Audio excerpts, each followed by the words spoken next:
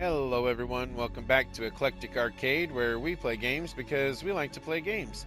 Today we're going to continue on with Assassin's Creed 2, and I am currently wearing the auditory cape that I got from collecting all the feathers. And now we're going to finish this wall, and let's see if we can solve this puzzle. Okay, so this is a corner piece.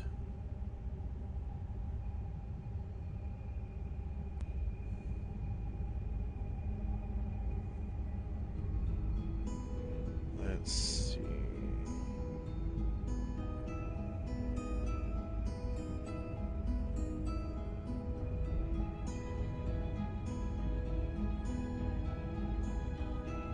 Like that, yeah.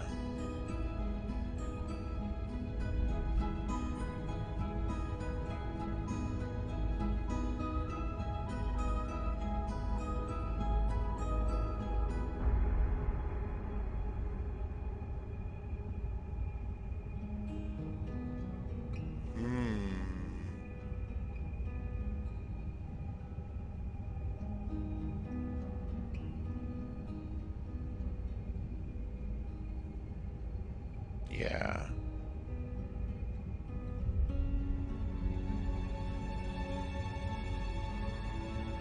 This is cool.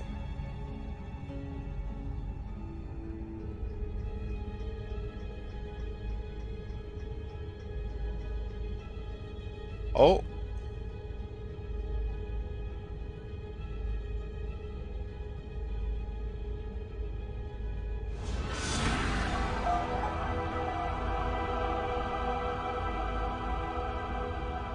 Okay.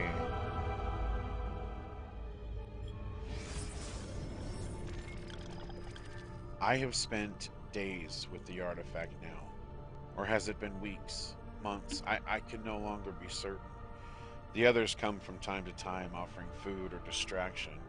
They say I should separate myself from these studies. Malik has even suggested I abandon them entirely, but I am not yet ready to turn away.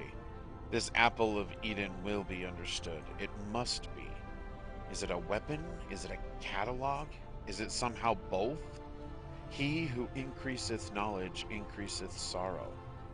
The philosophy of such a statement I can understand, but for it to be true, literally true, a society that waged wars with ideas and information in place of steel and swords. Its function is simple, elementary even, dominion, control. But the process, the methods and means it employs, these are fascinating. Those subjected to its glow are promised all that they desire. It asks only one thing in return, complete and total obedience. And who can truly refuse? It is temptation incarnate. I remember my own moment of weakness when confronted by Al-Mu'alim, my confidence shaken by his words. He who had been like a father was now revealed to be my greatest enemy. Just the briefest flicker of doubt was all he needed to creep into my mind.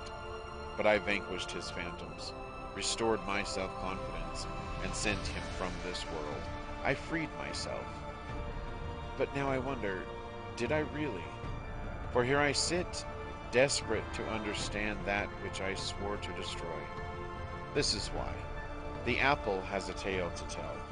I sense the flickers of something great and dangerous. We are all at risk. It is my duty to do something about it. I must not, cannot, turn away until I have found the truth.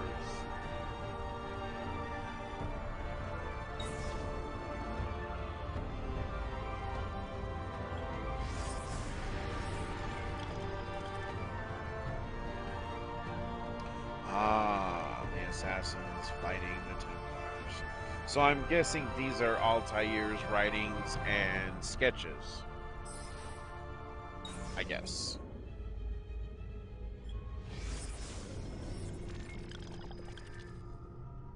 Okay, the hidden blade. Very cool. Very cool. I like that. The exploded diagram.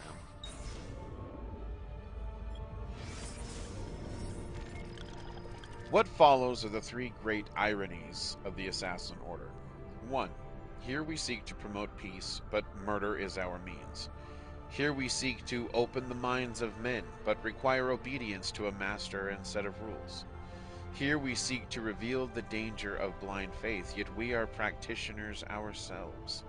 I have no satisfactory answer to these charges, only possibilities. Do we bend the rules in service to a greater good? And if we do, what does it say of us?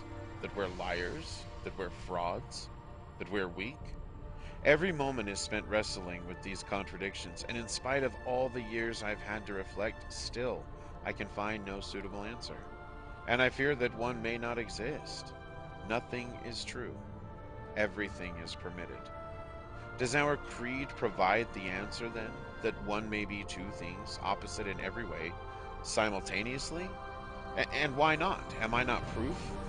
We of noble intentions, possessed of barbaric means, we who celebrate the sanctity of life, and then promptly take it from those we deem our enemies?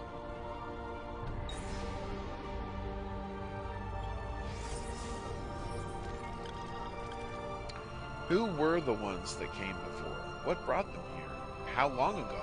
Centuries? Millennia? Longer still? So little remains of them. What drove them out? What of these artifacts? Messages in a bottle? Tools left behind to aid and guide us? Or do we fight for control over their refuse, giving divine purpose and meaning to little more than discarded toys?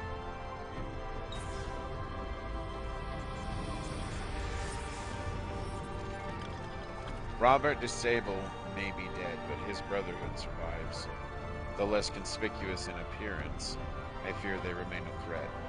Where once they proudly walked the streets, making for easier targets, now they retreat into the shadows. It grows difficult to track them. What wicked things will they weave in the darkness? Our work will be all the more complicated for it. Already there are rumors of a movement on Cyprus. I will have to investigate. It's made me realize that our tactics, too, must change. It means an end to our fortresses, to our penchant for spectacular displays of public assassinations.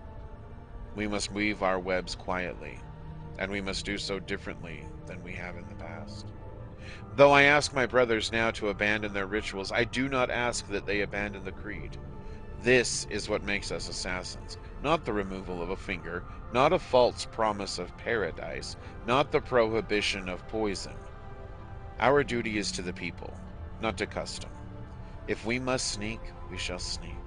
If we must use poison, we shall use poison. If our blades can be used without removing fingers, we shall not demand they be taken.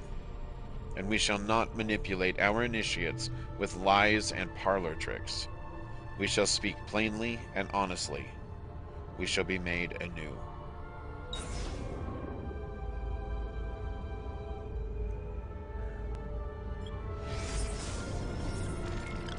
I had thought Adha would be the one to lead me to rest, that I might lay down my blade and live as a normal man. But now I know such dreams are best left to sleep. Her face, I try to banish it from my mind as I remember the days and nights during which I chased her Templar captives across the sea. I almost got to them in time. Almost. If I had only been faster. Instead, I held her lifeless body in my arms, saw the terror reflected in her fixed, unblinking eyes. I hunted each man, one by one, until all responsible were gone from the world. There was no joy in this, no satisfaction or release. Their deaths did not bring her back, did not heal my wounds. After that, I was certain I would never feel again for a woman as I had for her. I am fortunate to have been wrong.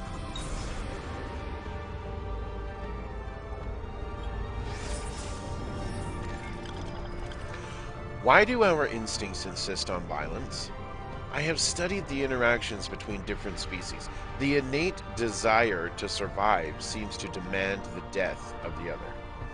Why can they not stand hand in hand? So many believe the world was created by the hand of a divine power, but I see only the designs of a madman bent on celebrating destruction and desperation. Our origins seem chaotic. unintended, purpose and being instilled solely by the passage of time, imposed by nature and later men.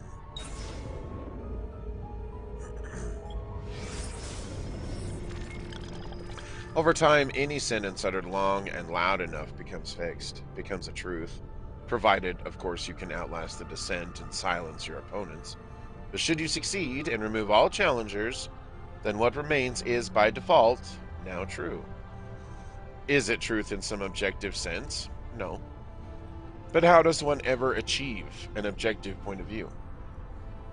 The answer is you don't. It is literally, physically impossible. There are too many variables, too many fields and formula to consider. We can try, of course. We can inch closer and closer to a revelation, but we'll never reach it. Not ever. And so I've realized that so long as the Templars exist, they will attempt to bend reality to their will. They recognize there is no such thing as an absolute truth. Or, if there is, we are hopelessly under-equipped to recognize it. And so in its place, they seek to create their own explanation. It is the guiding principle of their so-named New World Order, to reshape existence in their own image. It is not about artifacts, not about men. These are merely tools. It is about concepts. Clever of them. For how does one wage war against a concept? It is the perfect weapon.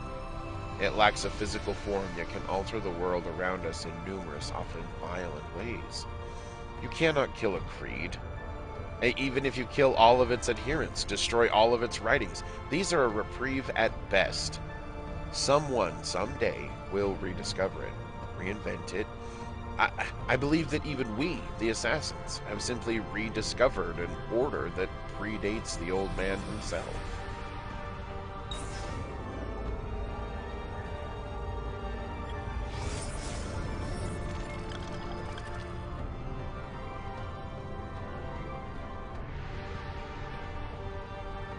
This is the infusion of the apple with whatever magic is in it to create the apple of Eden.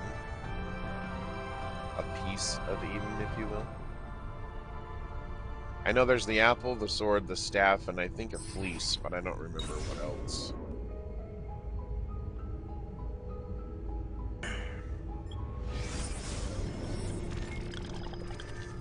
Atis, Dionysus, Horus, Krishna, Mithra, Jesus.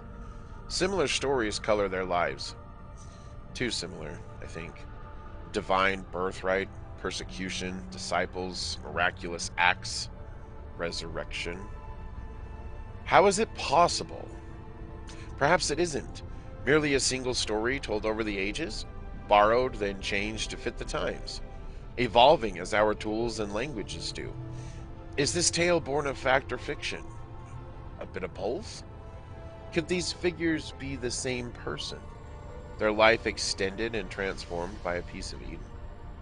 Al-Mu'alim spoke of Jesus as a real person, a mortal who had mastered the arts of manipulation.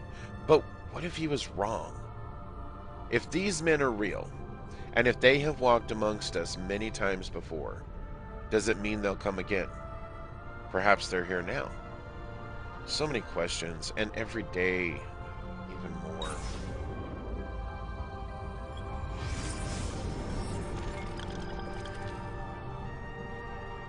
A star chart of some kind. I mean, that's definitely our solar system. You know, that's our sun with the 9 planets around it. I wonder if, like, there's an alignment here that when this particular thing happens, it's like a prophecy or something. I don't know.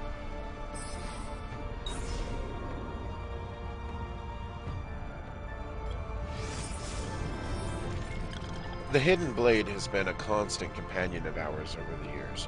Some would even say it defines us, and they would not be entirely wrong. Many of our successes would not have been possible without it. Still, the device has begun to show its age, and so I have been researching improvements beyond ending the need to remove one's finger to wield it. The first is the addition of a metal plate that can be used to deflect incoming blows. The other assassins believe it is forged of a new metal. credit me with the discovery of the formula included on this page. It is better that they know not the truth. I have also worked with Malik to describe new methods of assassination, from on high, from ledges, and from hiding places. Basic movements, but critical nonetheless. The third and final improvement is the most simple: the provision of a second blade, identical in every way to the first. Should an assassin ever find himself tasked with dispatching two targets, he need only time his strike in such a way that he might reach both at the same time. These blades will be limited in number, since the metals with which we forge them remain difficult to obtain. I will need to think carefully about who shall be allowed to carry two.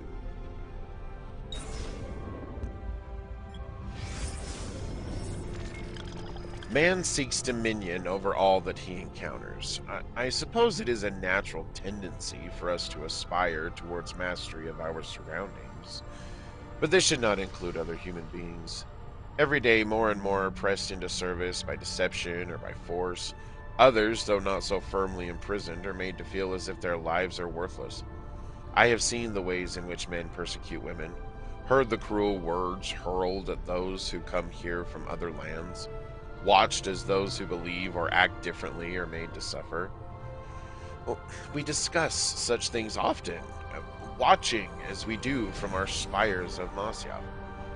What can be done to stop this, to encourage tolerance and equality? Some days we speak of education, believing that knowledge will free us from immortality.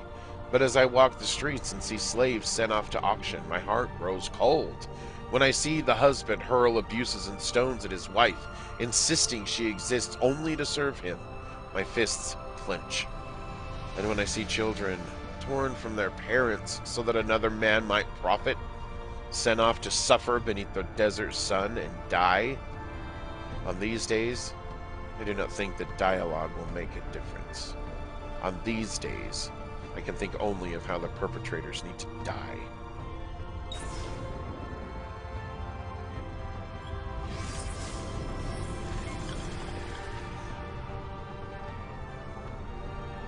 An island. Cyprus Island, it looks like. That must be where the piece is stashed, I assume. Maybe we'll get to go there. I don't know. I don't remember. But we'll find out before Ezio's story is over.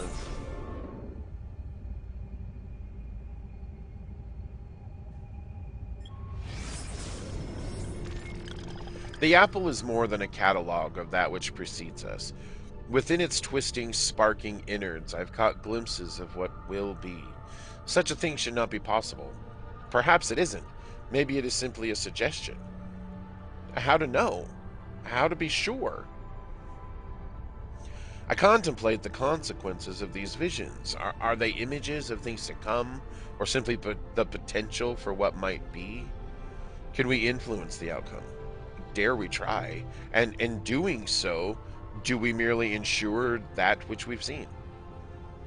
I'm torn, as always, between action and inaction, unclear as to which, if either, will make a difference. Am I even meant to make a difference? Still, I keep this journal. Is that not an attempt to change, or perhaps guarantee, what I have seen?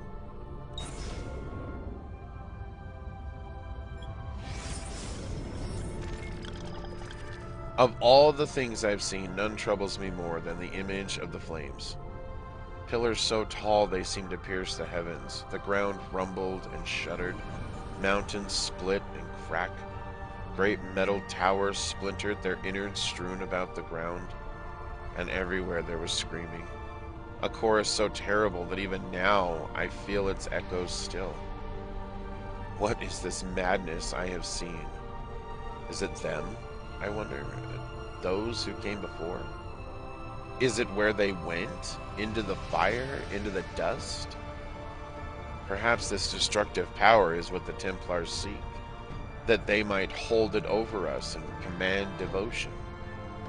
What hope would we have then? If they held such darkness in their hands that they could murder the world?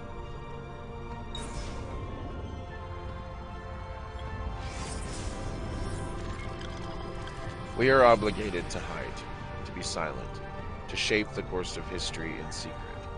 Some of my brothers and sisters disagree. They grow angry, insisting it is a mistake to shroud ourselves. They say it slows our work, but they do not understand the risks. To expose ourselves now would be too dangerous.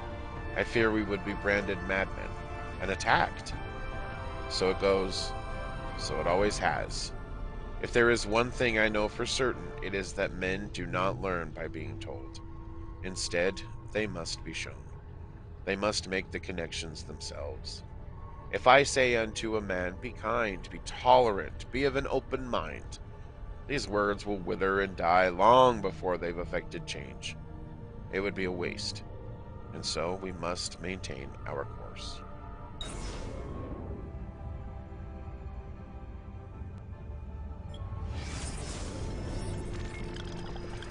Legend speaks of a golden fleece. Could the two be related? I have further refined the metallurgic process, allowing for the production of a suit of armor the likes of which the world has never seen. It is possessed of great strength, yet so light as to allow complete freedom. I alternate between wonder and fear. Here we have crafted something that will surely change the face of warfare, making those who wear it nigh invincible. Perhaps it was a mistake to create these pieces. I think it best to erase the formula. What if it were to fall into the hands of our enemies? The risk is too great. Pretty sure that's Altair's armor that Ezio now possesses, which is pretty damn cool. I have studied the ancient pagan faiths that came before this more recent obsession with a single divine creator. They seem to have focused more on the fundamental forces at play in the world around us and less on arbitrary moral rules. The sun rises in the morning and sets in the evening. The tides ebb and flow. Grass grows, withers, dies, and then in time emerges from the ground once more. The air turns warm, then cools, and back again. Some hidden energy keeps us fitted to the ground and pulls us back when we attempt to leave it. Each of these movements was represented before by a god or goddess, each force given face, but recognized as something distinct and powerful. Which is not to say there were no connections between these forces. A pantheon of individual spirits, of rules, invisible hands guiding the progress of the world around us. And so here there was an attempt to categorize, study, explain, and understand the way things work, even if it was flawed. But no more. Now we are asked to succumb to a far more simplified explanation. How naive to believe there might be a single answer to every question, every mystery, that there exists a lone divine light which rules over all. They say it is a light that brings truth and love. I say it is a light that blinds us and forces us to stumble about in ignorance. I long for the day when men will turn away from the invisible monsters and once more embrace a more rational view of the world. But these new religions are so convenient and promise such terrible punishment should one reject them. I worry that fear shall keep us stuck to what is surely the greatest lie ever told.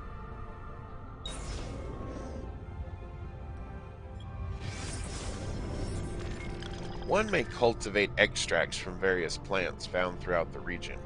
More exotic species can sometimes be obtained from traders and travelers, but their properties are less documented and require further examination. Traditional alchemical implements can be used to distill the poison. Care should be taken, as certain poisons can be absorbed through exposed skin. Many are those who have lost their lives to carelessness. One's blade should be hollowed according to the specifications listed herein. Deviation may create fractures within the metal, causing the blade to weaken and possibly break.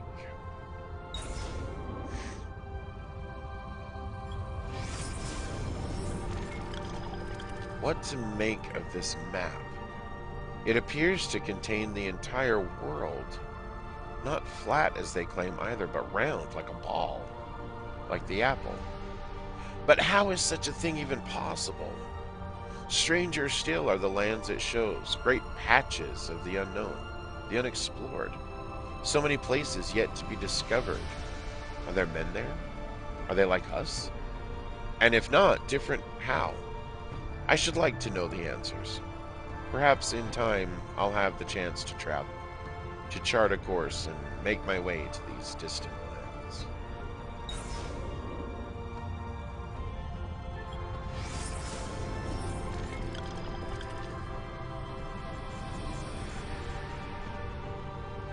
Oh, it's the assassin techniques.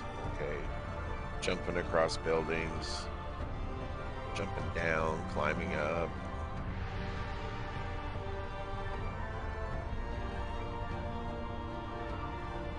That's awesome.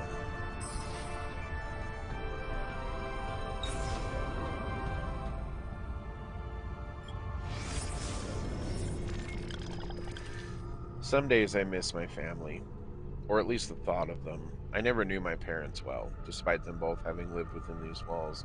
It was our way. Perhaps they were sad, though they showed no sign. It was not allowed. For my part, so much of my youth was spent in training, there was little time left to reflect upon the separation. And so when they were finally lost to me, it seemed no different than the passing of two strangers. Al-Mualim had been as my father, and his was a weak and dishonest love, though at the time it seemed enough, better even, or so I thought. Someday I will have a child, such is the way of our order, and I will not make the same mistake, nor any who call themselves an assassin. We shall be allowed to love our children, and in turn to be loved. Al-Mualim believed such attachments would weaken us, cause us to falter when our lives were on the line. But if we truly fight for what is just, does love not make such a sacrifice simpler, knowing that we do so for their gain?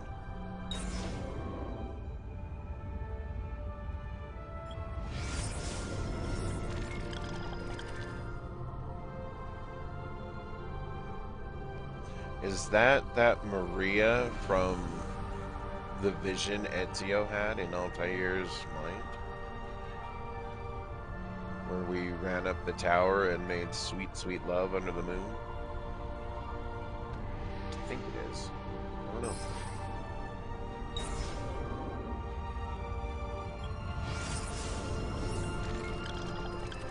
I have the answer now. I know the truth. I shall not touch that wretched thing again. Best that no one do, now or ever. I have tried, at last, to destroy it, but it will neither bend, nor break, nor melt. Oh, the irony! I am certain, if I asked, the apple would tell me what need be done. But even this promise is insufficient. Always it holds one more gift to give. I must refrain. So it shall be sealed. We will take it to the island. Once theirs, now ours. There is a treasury there, hidden well, and it shall have to suffice. Risky to separate myself from the artifact that others may discover it. Riskier still to keep it close. In time I will be tempted. I am weak. We all are. Who wouldn't be? Oh, the things I have seen. The tale is here, inside the text.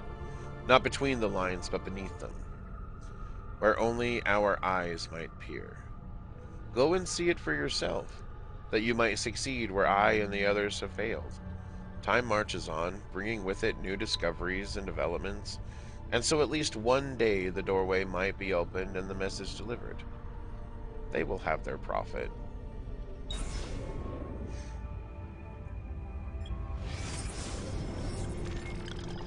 We are growing larger. More make their way to our fortresses every day, men and women, young and old, from different lands, of different faiths. Each tells a similar story of having discovered the first part of our creed, that nothing is true. Too often, though, the revelation undoes them. They lose their morality, certainty, security. Many are driven mad. We must guide them, help them to heal. Their minds must not be filled with more fairy tales, but with knowledge instead. Let them have answers, and let those answers be difficult and complex. Such is life.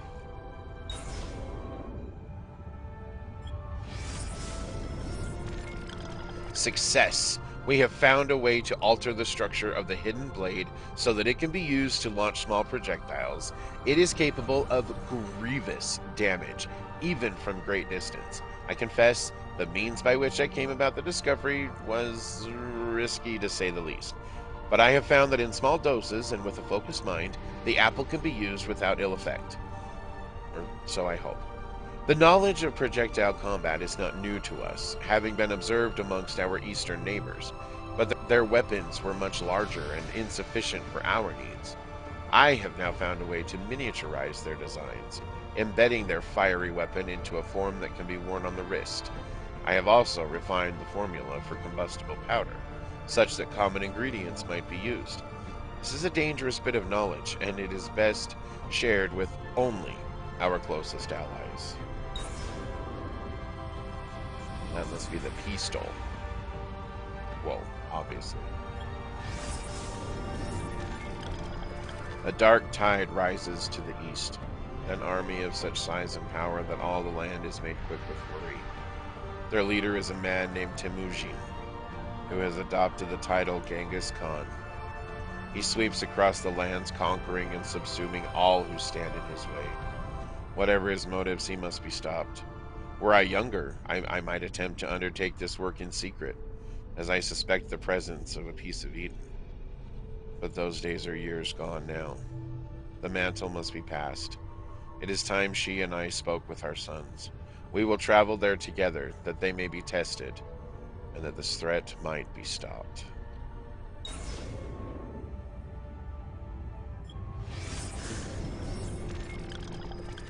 Soon I shall pass from this world. It is my time. All the hours of the day are now colored by the thoughts of fears born of this realization. I know that the elements of my body will return to the earth, but what of my consciousness, my identity? That is to say, what of me? I suspect it will end, that there is no next world, nor return to this one. It will simply be done, forever. Our lives are so brief and unimportant. The cosmos cares nothing for us, for what we've done. Had we wrought evil instead of good? Had I chosen to abuse the apple instead of steal it away? None of it would have mattered. There is no counting, no reckoning, no final judgment. There is simply silence and darkness, utter and absolute. And so I've begun to wonder, might there not be a way to stop, or at least delay, death's embrace?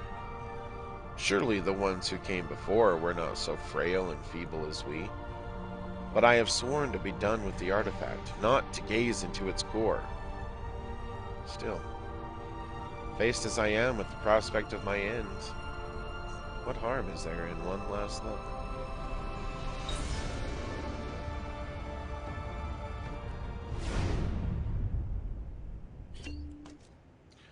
"30 of 30 Codex pages on the wall. Pages will allow you to unlock your final memories." What does that mean? I'm not entirely sure what that entails. But this episode has been a lore dump. Ezio has some serious shit that's going down tomorrow in Venice, so he wanted to take some time, visit with his mom, get this new cape, read the Codex that he has finally completed, and now he is going to head back to Venice so we can continue on with his story and see where things are going to go from here. But for right now, it looks like the arcade is closing, so we are going to go ahead and shut it down. Go ahead and comment, like, share, subscribe if you want to. If you don't want to, that's totally fine. I completely understand. I just really appreciate y'all hanging out with me today, and I hope that the rest of your day is awesome. We will catch you all next time.